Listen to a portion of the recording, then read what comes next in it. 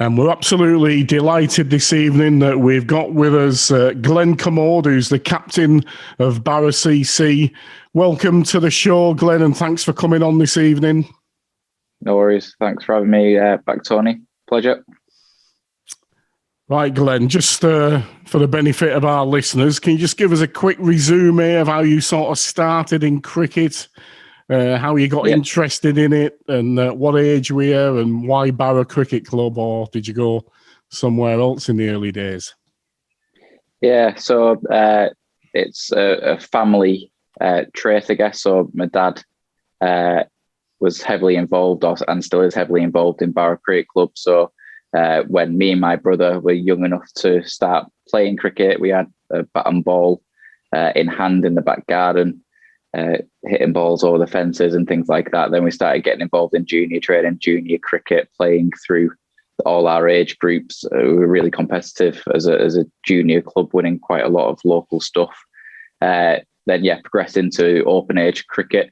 But mainly through my dad, and my uncle was a keen cricketer. He was a fast bowler who made a name for himself for having some fierce battles with a lot of local people. Basically a family thing.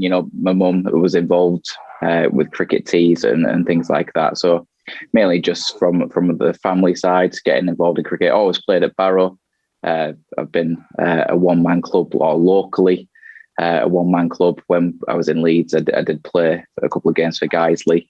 Always been playing for Barrow when I've been based here. So how many years is that then, Glenn, at Barrow? I'm age 30, so let's say as soon as I was able to run around. I remember having many a game on the outfield at lunchtime, at tea time, and afterwards with the likes of Ray Mowatt's sons, Ashley and Toby, the Nicholsons, all those people who were involved heavily, and all those, trying to get dragged away at 8:30, 9 o'clock with our parents, trying to put us to bed. I always remember, kicking and screaming, wanted to carry on playing. So, basically, as soon as I could start playing cricket, me and my brother were doing that, absolutely. And like I say, must have been a nightmare for my parents, because we put through a few windows and lost a lot of tennis balls over the hedge and over. I always remember my brother hitting me over the house, which is a good effort, but all good fun. Now, Glenn, the last 12 months has been absolutely unbelievable for everybody in this country, but particularly in sport as well. There's been so much upheaval. So what's the current situation with regard to local cricket like Barrow CC?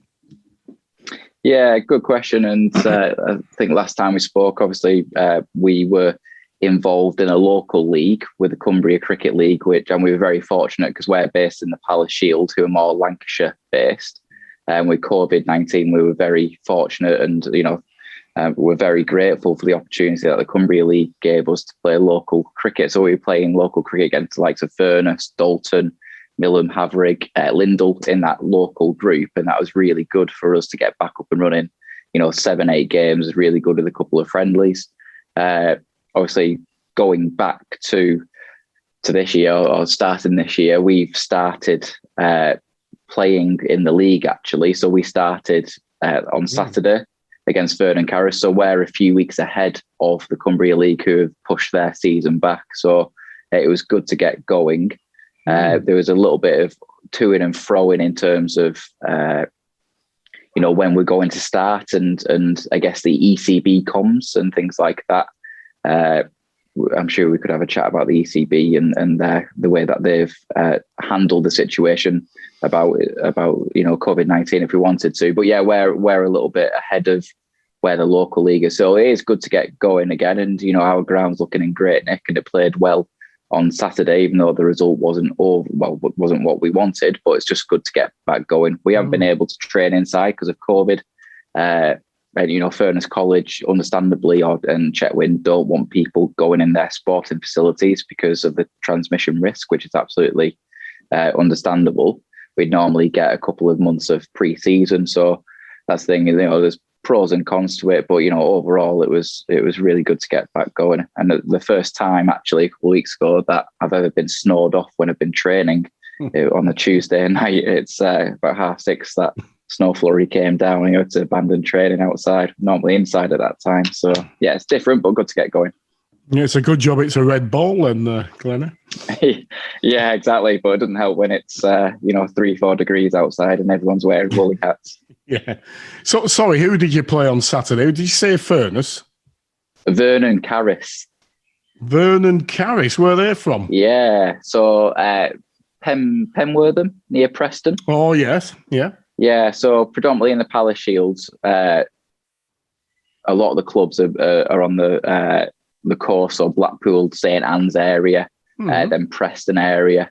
So we played Vernon Carris, in the first league game on Saturday. Then we're at South Shore this weekend as well. So we do travel about.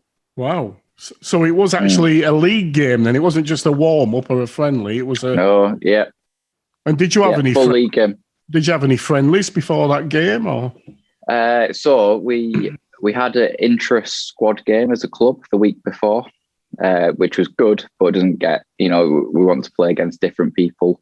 The first team, we were unable to get a friendly just because of timings more than anything, and making sure that our wicket was right, and you don't want to go too early. The 10th was quite early when we were playing anyways, but our second team have been able to get a few friendlies. So on last Sunday, our second team played Lindell at Barrow, Ernest Pass. On Sunday, again, our seconds are playing Dalton as well. So we're even though the first team are playing the league, we've been obviously wanting to progress and get our second team to play in friendlies as well. Otherwise, we won't hit the ground running like we want to.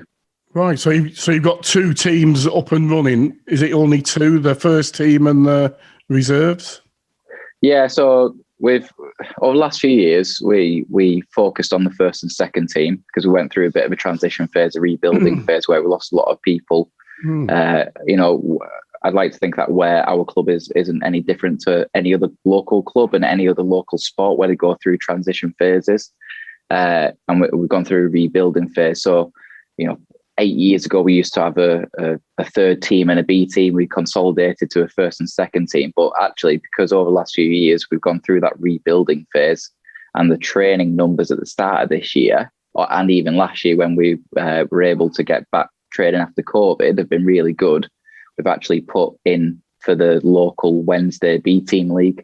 So one of the lads, Matthew Adams, who's been one of our good players over the last few years, has taken over that captaincy role on a Wednesday. So we've actually got a B team. So, it gives the youngsters the opportunity to play some senior cricket. That might be, people play Wednesday cricket because they don't want to commit to a weekend, but they're still seniors and still trying to hit the ball hard. So it does, give a 15-year-old the opportunity to feel what a hard cricket ball is like coming at them when someone tries to hit it that hard.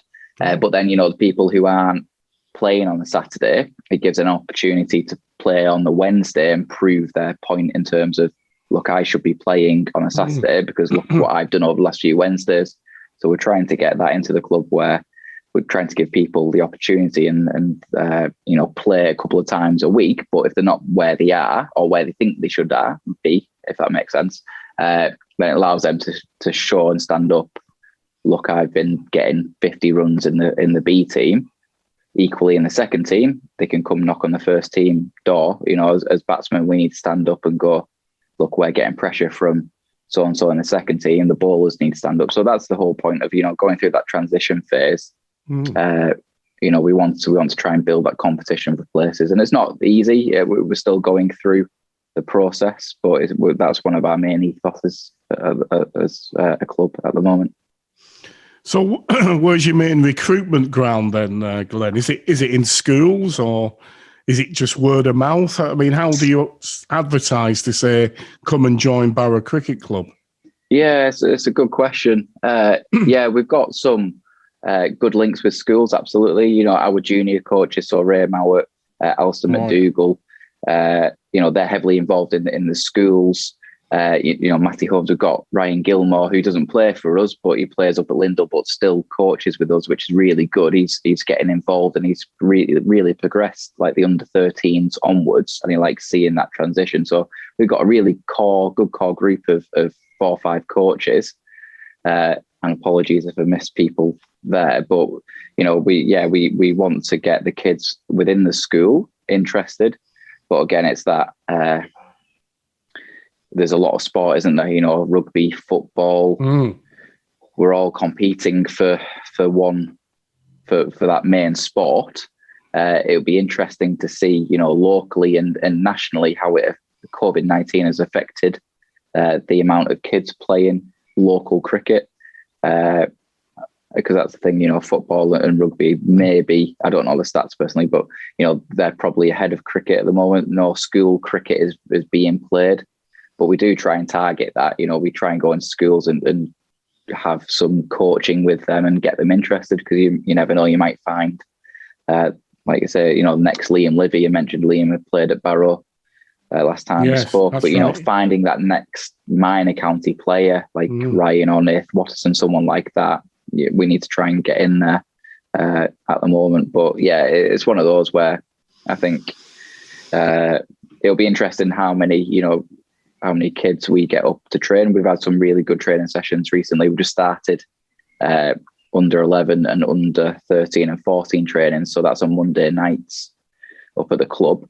But we are also doing like All-Stars and Dynamos. So All-Stars, I think, is from like 5 to 8. Then Dynamos is 9 or 8 to 11, something like that. So it's just trying to get them on a Friday evening with their parents coming up and having a bit of fun with the bat and ball and trying to get them enthusiastic. Then we are playing local 2020 against the likes of Furness, Lindell, Havrig. So if they're at All-Stars and Dynamos at 5:40, they finish at 5:45, the first team play at 6 o'clock, then they can start seeing, I could be playing that with those guys in 10 years' time. And it starts, you start building that picture up like that. Oh, that's how I'd hope it's built.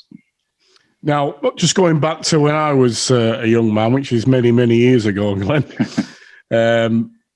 I was predominantly into football, and I played football, but I used to love playing cricket as well. I used to play for Vickerstown, actually. All right, yeah. When I was a junior. So what used to happen is at the end of the football season, which came about sort of May time, then we all went off to play cricket. Does that still happen now, or is it not quite what it used to be? I'm assuming that once the football season's over, you're going to attract some footballers who are quite good at cricket as well. Does that happen? Yeah, it still does happen. However, again, people have opinions on football seasons and even rugby now, because rugby's played in the summer, isn't it? Yeah, rugby league. So that's the thing. You exactly that. When my dad and my uncle were playing, they would play rugby and rugby and football in the winter, one or the other. Then as soon as their main sport kicked in, cricket, they'd be playing that. And like you say, you get that crossover. My opinion is, and people have different opinions, but the football season is ridiculous in terms of they stop in May, but then they start again in July. Yeah. But so then you can't expect those lads. Well, some of them will, but they might want to go on holiday. So then they're only committing for 3-4 weeks. So it's really, really tough in terms of that. But yeah, in terms of the football season, it's pretty much a 10-month season now, isn't it? And I don't know locally whether that's changed, but traditionally or in the past, it always used to be that split, isn't it, where people will commit to that season as well. So if you stop playing football in May, you commit until September to cricket. Then once the cricket season finished, then you go back to football. But yeah, there's a lot of flitting in between now, and a lot of people probably won't commit because the season is quite is very long. And they also used to be, from my memory, quite a vibrant sort of pub league that used to play on a sort of Wednesday night, 20 overs. I remember that. I remember playing for Greengate when I was younger, football, for example. And we used to play cricket on a Wednesday. And does that still go? Do you guys now get involved in that, or because it was just pubs at the time I did it, Yeah, so that's the B team league, which we've just gone back into. So yeah, it's more. I'd probably say it's more club based. In terms of Furness have a club, a team. I think Hawcourt Park have a team. Vickerstown have a team. So good. I don't think any pubs per se are associated. I think it's more associated to the clubs now. But then again, the hospitals have a team, so the doctors play and things like that. So there are teams who can get involved if they're not necessarily affiliated with a club, if that makes sense. So the hospitals use our ground on a Wednesday, which is good. Makes next door, isn't it? Yeah, exactly. Yeah. So if they get called in, the pager goes off. They don't have very far to run, do they? That's right. But yeah, so I know what you mean. But yeah, my experience is that now it's more affiliated to the club on the Wednesday nights. So that's 20 overs. That's almost a pre-runner before T20 came along, isn't it? Yeah, exactly. Yeah. And do you guys on a Saturday, do you play, I think from memory, when I used to come and watch occasionally, is it still 50 overs, is it? So previously, yes, but because we got relegated in 2019 from the Northern League down to the Palace Shield. Yeah. So it's 45 overs now in the Palace Shield. So that's... So why is that then? It's just the rules. It's what they've always done. Half one starts, which you can have pros and cons to that. Some people like it. Gives them maybe one more beer on a Friday night. Whereas, if we're traveling away like we are on Saturday, if we had a 1 o'clock start or 12:30 start, we might have had to set off at 9:30, for example, but we're setting off at 10:30. So there's pros and cons to it. Okay. But yeah, that's just the different league rules. So I know that the Cumbria League, I think their start time, I think it might be 1 o'clock. I might be wrong there. But then, in terms of the overs that the bowlers can bowl, it's now basically, I think it's, 20%? It's about 10 overs per bowler.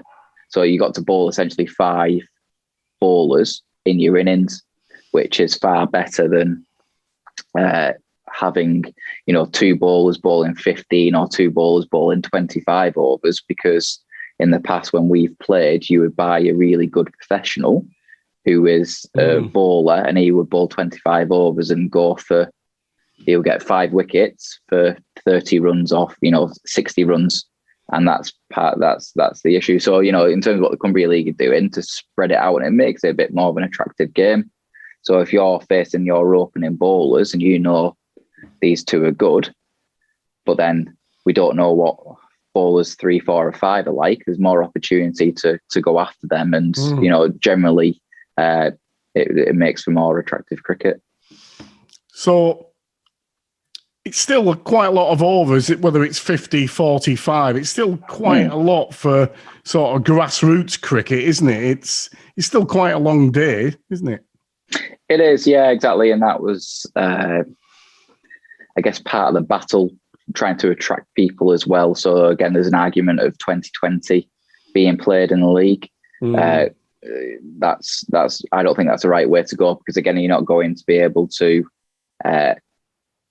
I guess, showcase the talent of people. So if you are good enough to play for Cumberland or Lancashire or Durham or whoever, 2020 is good. But, the ultimate game for any cricketer should be to play red ball cricket and test cricket. That's my opinion. But if you're only used to playing 2020, and granted, that is where the money is, absolutely, and it's good because it's over in 3 hours. But if we start playing anything less than 40 overs at an amateur level, then you're going to lose that, I guess, batting ability and tactical nous, trying to work someone out. Even bowling, you try and set someone up. Batting, like I said before, you try and see off the openers who are going to bowl 5, 6 overs, then you're going to attack the spinner when he comes on. So things like that. So, 45 overs is a commitment. We are out for at least 12 to 16 hours when we're doing that, but anything less, I don't think it would be worthwhile. So on Saturday, when you played this first league game, Glenn, you started at what, 1:30? Yeah, 1:30. What time did you finish? We finished quite early because we got bowled out. So it wasn't overly good. How many did you get? How many did the team get? Well, bum neck. They got 161. Oh, they batted first, right? Okay. Yeah, they batted first. Then we got 58. Unfortunately, 58. Yeah, not a good day at the office. I'm not going to ask you how many you got, mate. You didn't get a duck, did you? Yeah, I got a second ball duck opening up. Yeah, not a good day. Yeah, not a good day. But anyways, we live and learn. Now, I know when I did play a little bit, and I was only young, Glenn, but it's a hell of a psychological game, cricket, isn't it? It does. I mean, when you go and get a second ball duck, does that? I don't know. How does that affect you? Yeah, you'll have to ask my fiance because I was in a bit of a stinking mood until yesterday morning, pretty much. So I can imagine. Yeah, and that's the thing. Obviously, the team didn't get off so good, the best start that we wanted to. We know. We had a good training session yesterday. We know what we need to work on. It's just simple things, catches win matches. It's the old saying, the old adage, but it literally is that. And no, it means to drop a catch, but it can change a game. It can change momentum. But yeah, we know what we need to work on, and it's just one of those where, it's never nice failing, and you want to do well for your team and do well for the club, but that's part of sport, isn't it? Whether it's professional sport, amateur sport, we all go through it, so we just got to learn from it. Now, in terms of teams then, Glenn, is there any women's team at Ernest Pass, or is that in the pipeline? Yeah, so over the last few years we've done a number of softball matches and training. So we've again we're doing that this year. So we've actually got some training sessions coming up. So if there's any women out there, no matter what age, want to come up and try cricket, it's a really good social side as well. You get obviously to meet new people, but we do softball days, so where we either play teams, I guess, within our club. So if there's 30, 40 women there who we can bring up, then we play within ourselves. But then we can, potentially have games against like Lindell, Millham, I think have got a team as well. So we can go a bit further afield. But so we're doing softball again this year. So the training is next Thursday between 6:30 and 8. Then the Thursday after, so Thursday the 6th of May at the same time. So there'll be myself involved in the coaching along with a couple of the other guys. But yeah, it's just aiming to get people interested. That's I guess the women's team per se, but from a under age group point of view, so 11s, 13s, 14s, 15s, we've got a number of girls there as well who are really interested and really good as well, if I'm being honest. So it's really good to see, because again, that inspires people to come and play. They'll tell their friends, they'll come and try it. And that, just keeps building that club mentality, that club ethos. We want to be a family club. Their parents get involved and start helping out or whatever they can do, just supporting in general. That's what we want to do. But yeah, softball is really good because we have some really good days, and people like, I guess, the length of time, because a lot of the women who play softball can't commit to a really long day. So if they play a tournament or they come to training, then it's a couple of hours instead of, driving up the course, for example, for a game on a Sunday where they know that they need to do X, Y, and Z for the next week, or they might want to go and do something else. So it's one of those where we want to get people involved and trying it out and playing, but not, saying, look, we must take a team up to Millham, we must take a team up the course. So it's a bit of a catch-22, if that makes sense. And that, but yeah, everyone's welcome. So in terms of your game on Saturday again, Glenn, so how many people turned up to watch, and what's a typical attendance? Yeah, so with the COVID guidelines, you're not allowed to have spectators. Oh, right. So the ECB have released guidelines where you're not allowed to have spectators. So it's one of those where, we had hospitality on, so table service. So the bar was open, we had hospitality on, but they weren't watching the game. So yeah, no spectators, hospitality, but not watching the game. So well, we've only got 58. It's a good job they weren't, isn't it? Exactly. Yeah. There was. They might have spilled the beer. Yeah, well, that's it. But yeah, in terms of exactly, just on like the ECB comms, it's been. This is just my opinion. It's been quite hard for club, and again, it'd be interested if you speak to other clubs how they've interpreted it. But there's been. I guess lack of comms at certain times where we thought there should be comms coming out a bit quicker. There's been, comms released probably a bit rushed on like a Thursday evening where someone's had to write it and like the sentences contradict each other. So it's been really tough to interpret actually. And, we've done what we have interpreted as a club. So from a hospitality point of view, we've put hospitality, table service, QR codes, COVID compliance. We've separated the players and the players and scorers, so they've got their own bubble. So basically, that's where the home changing rooms are. So on the banking, so we've separated ourselves. All the change rooms are closed. There's a one-way system in place. There's like a separate area for parents and guardians of under 18s. So we've had to really work at that. But, in terms of how people interpret them is different. And, there's potential for COVID marshals to come up. So the Palace Shield have employed a number of COVID marshals. I think the council have employed a number of COVID marshals as well. So that's the thing, from a club point of view, where we're trying to do our best. We obviously want to open our bar because that's where our main revenue is. But doing it safely was obviously number one priority. And that's what we need to focus on. But yeah, it's been really tough. So when are crowds allowed officially back the match? Phase, is it phase B2? I don't. It's been that many comms released. I want to say the 17th of May. When the next national government change comes in, that's when spectators will be allowed. But, in terms of how I interpreted when it got released 6 weeks ago was you could have spectators, but then 3 weeks later it came out and said that you couldn't have spectators, but you could have spectators in public land. So Keswick, for example, or I don't know, Garstang, who we played, I think they've got like a public footpath running down the line. So are they classed as a public area?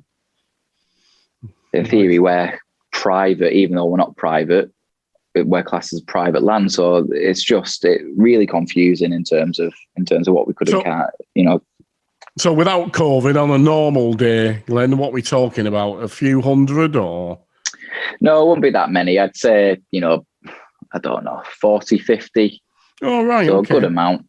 So yeah, not too many, a good amount. We are competing with other clubs locally if we are playing on Saturdays. But yeah, we get a good following. And do you have those professionals? A lot of clubs used to get them from India and Australia, didn't they? Do you still go about getting someone over? Yeah, so 2019 when we were in the Northern League, so from 2014 to 2019 when we were in the Northern League, yeah, we always had a professional and, maybe an overseas amateur. So the professionals will be from South Africa, some really good ones from there, West Indies, Sri Lanka, India, everywhere. And really good. But since we got relegated, you're only allowed an overseas amateur. So you can't have professionals. So it's still, I guess it's a bit of a potluck with overseas amateurs, because you can have some really good ones, but then obviously because they're not at that professional level, but then again, you can have some really bad professionals and you're paying a significant amount of money for them, regardless. So yeah, overseas amateur, we can have. We had Justin Pringle over in 2019 from South Africa. He was a opening batsman, really, really talented player. We would have liked him back last year, but with COVID, obviously that didn't happen. This year, we said we can't afford it as a club, even though our finances are okay. You're looking from in terms of getting someone over as an overseas amateur is not worth the risk. Plus, then South Africa on the red list, India's on the red list, or will be on the red list tomorrow. So I feel. I don't want to say I feel sorry, but the clubs who have got professionals, there's been a lot, locally, and even in the Northern League, there's been a lot of people who have had to change clubs, who have had to change professionals because they've got one from India, they've backed out, who's paying for the quarantine hotel, which is a lot of money. Wow. And that thing is just adding up money. So this year, the clubs in the Palace Shield, I don't think we'll play against any amateurs. No. But in terms of, I'm all up for having professionals and having amateurs in cricket, because in my opinion, it increases the standard. Yes. You want to be playing against the next South African wicketkeeper, or you want to be playing against that fast bowler who's trying to hit you in the head and telling you that you're rubbish. You want to be, I think it adds a bit of buzz and thrill, doesn't it? And a quick fact before I forget, Andrew Flintoff actually played for St Anne's at the weekend in the Northern League. Wow. Yeah. So imagine playing against him, rocking up on a Saturday and seeing Freddie Flintoff playing. Wow. I don't know how he got on, but yeah. Are they in your league or? So they're in the Northern League, the league above. Ah, right. Oh, well, So, he'd draw a big crowd, wouldn't he? Yeah, exactly. Well, yeah, if we were allowed them. After COVID, of course, yeah. Right, Glenn. So in terms of your training nights and things like that, so what do you do? You train a couple of nights a week, do you? Yeah, so like I said before, because we haven't been able to train indoors this year, we started training just after Easter, or just the week before Easter. So we were training Tuesday, Wednesday, Thursday, but our main training nights are Tuesday and Thursday. So we always have 2 nights. So that's from 5:30. But then, the main net session is at 6. So we do split it up. So Alistair McDougall helps us out one training session a week and helps us with fielding and skills and gives us some pointers, which is really good. Then we do nets. But yeah, predominantly, nets and skills. But then we always do some fielding drills as well, especially this time of year where you need to get your hands used to the ball and throbbing and things like that. We always do a lot of fielding at this time of year. Wow. So I suppose that people who play at your level, want to get in the first team and that, I mean, I'm assuming they've got to be pretty fit. I mean, you can't just, as you said before, have another pint on a Friday night because you're starting at 1:30 or something. You know what I mean? If somebody turned up sort of, oh yeah, had a great night last night, you'd be thinking, hold on a minute, we've got a match here. Is there a bit of that, or is it a bit more relaxed than football? I don't know. What is the vibe? Yeah, a bit of both. If I'm being honest, it's at the end of the day, we work hard during the week. We're playing amateur sport. I'd 100% want to have a few beers after the game. I think generally, a lot of the lads are cautious on a Friday of what they drink. Absolutely, right. But in terms of if it's a big birthday or that someone's getting married or whatever, then you can't really expect someone to be drinking water. So yeah, you know, ideally don't want people to be turning up still drunk and wanting to sleep on the sofa. But then, like I say, you know, equally, you know, we all work hard during the week, so having a couple of drinks on a Friday night is absolutely fine. So your Furness, your Harcourt Park, your Vickerstown, are they in leagues at your level or below, or are they in the Northern League? How does it compare? So probably a similar standard, if I'm being honest. So, you know, the Northern League was a Premier League, but since we got relegated, we've I won't say dropped down, but, you know, we've gone into the feeder league. So like I say, you know, we'll still play against some really good players, absolutely, who are playing for their local club, but we won't necessarily play against the professionals. No. And, you know, essentially the professionals will make a difference in that team. But, you know, there's the local teams are really good. Are they in the same league as battles. You? No, so they're playing the Cumbria League, Cumbria Cricket League. So why are they in that league and you're in this other league? Yeah, so we wanted, in 2004, we joined the Northern League. So over the previous number of years, we did really well as a club, and we wanted to... Yeah, you went up a bit, yep. Yeah, we wanted to progress ourselves and give ourselves a challenge. You know, we did really well, actually. We came very, very close. Both first team, both first team and second team came really close back-to-back years of winning the league, but we just didn't get there, which is a bit of a shame looking back. We did win a T20 competition, Northern League competition, so we did get a trophy, which is really good achievement. But yeah, you know, we moved up in 2004 because we wanted to give ourselves another challenge. We wanted to play different clubs. And, you know, the argument is that, you know, like I say, the Cumbria League, fantastic, welcoming us back last year with COVID. And I'm really grateful that we're playing 2020s this year against the local clubs as well. Oh, right. So there's those avenue, you know, those games there. But, you know, when you speak to people about why you're playing in the Palace Shield or why you're playing in the Northern League, you were playing different teams. It's a bit of a different challenge. Yes, we haven't played against the likes of local guys for 15 years, but still, we want to do that. But then, you know, from a travel point of view, you're still, from Barrow up to Carlisle is 90 minutes, 2 hours or whatever. So we've got to travel that, or we're traveling that to go to South Shore on Saturday. So in terms of travel, yeah, you might have a few more local games, but the majority of people, if you asked any of our first team players and our squad, are they bothered about travel? It's basically that, you know, we're used to it now. We enjoy it. Pre-COVID times, we got a bus, so we were able to have, you know, banter there, and on the way back, we did. If someone did, I won't say the name because we're on radio, but if someone made a mistake during the day, so if they dropped a catch or let one through the legs, they'd get called up on it and in court. So then people get a vote and things like that. So a bit of banter, you know, a bit of a Mickey take. And that, you know, we've got a bus, and that gives us time to bond and have that strong team vibe. So this week you have to go in your own cars, do you? Yes. Yeah.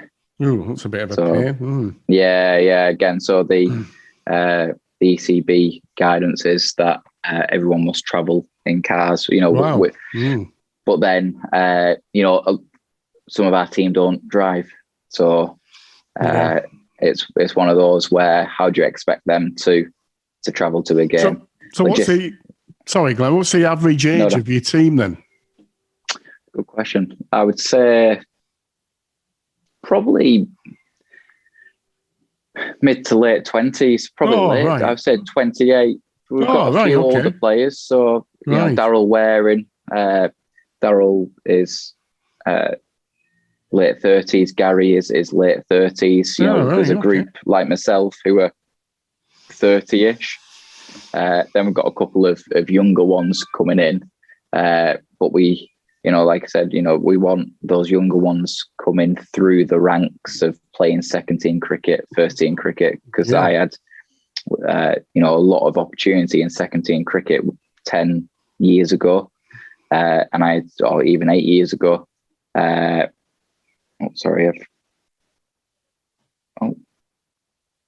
you there? Sorry. That's okay. Go on, sorry. No, that's all right, Glenn. So just to finish off then, Glenn, how do you see the local cricket scene sort of developing now? We've had COVID, which has been horrendous. You're back playing, which is obviously fantastic, but there's still a few hurdles to overcome, i.e. you won't let people watch at the moment. But how do you see the local cricket scene sort of developing? Because at international level and that, it's buoyant, isn't it? I mean, I watched England there in the T20s and against India, the one-day internationals. It was fantastic stuff, wasn't it? So cricket is still a tremendous sport, isn't it? It's getting people involved in it, really, isn't it? I know the weather's, not great in this country, but, May, June, July, August, they're the real hot months. How do you see it going in the future then? Yeah, I think it's a fair point, in terms of, I think internationally and I think county-wise, I think with COVID, I think that there'll be crowds, people wanting to go and watch 2020s, Lancashire versus Yorkshire. I'm actually there on a stag do, but it's one of those where I think people will be wanting to go test matches they've missed out. Locally, I think, Cumbria in general is pretty strong. I think, a few local teams are struggling potentially for players and getting that attraction of playing. To be honest, I don't know how we're going to change it. Like I said, we're competing with a lot of sports. We try and attract the people through schools, through dynamos, through all-stars, through women's, things like that. But it's one of those where I think the ECB are probably worried about it. Like I say, COVID, having junior cricket, we did some junior training and tried to, we had some friendlies against other teams to keep juniors interested. But that's the thing, if you haven't done something for a year, majority of the time you'll be like, well, I'm not going to go back to it. But yeah, I guess, that's a bit of a long-winded way of saying it. But I think, the local scene, people are up for a game of cricket, absolutely, which is good to see. So, like I say, when we play 2020s against Furness, Lindell, things like that, it'll be really good atmosphere and hopefully we'll get a few people watching. Definitely. Well, look, Glenn, thanks for coming on the show. I know you've been very busy in the pre-season with your training and everything, and I'm sorry you got a duck last week, mate. But no worries. I'm sure you won't get any more. But, fingers crossed. You're doing a great job down there, and if you can bring young people into the sport of cricket during the summer months and that's superb, really. And people like you and others who are involved in coaching and attracting people to the sport are doing a fabulous job, mate. So all the best for the future, and let's hope that Barrow Cricket Club go from strength to strength. Yeah, thanks very much. If anyone wants to send a message, we're on social media, Instagram, Facebook, just search Barrow Cricket Club, Ernest Pass on Facebook or Barrow Cricket Club Cumbria, and send us a message and we'll pick it up. Everyone's welcome. But thanks for your time, Tony. Yeah, absolutely, mate. Thank you very much, Glenn, and we'll have a chat towards the end of the season and see how you got on, eh? Yeah, no worries. Brilliant. Thank you.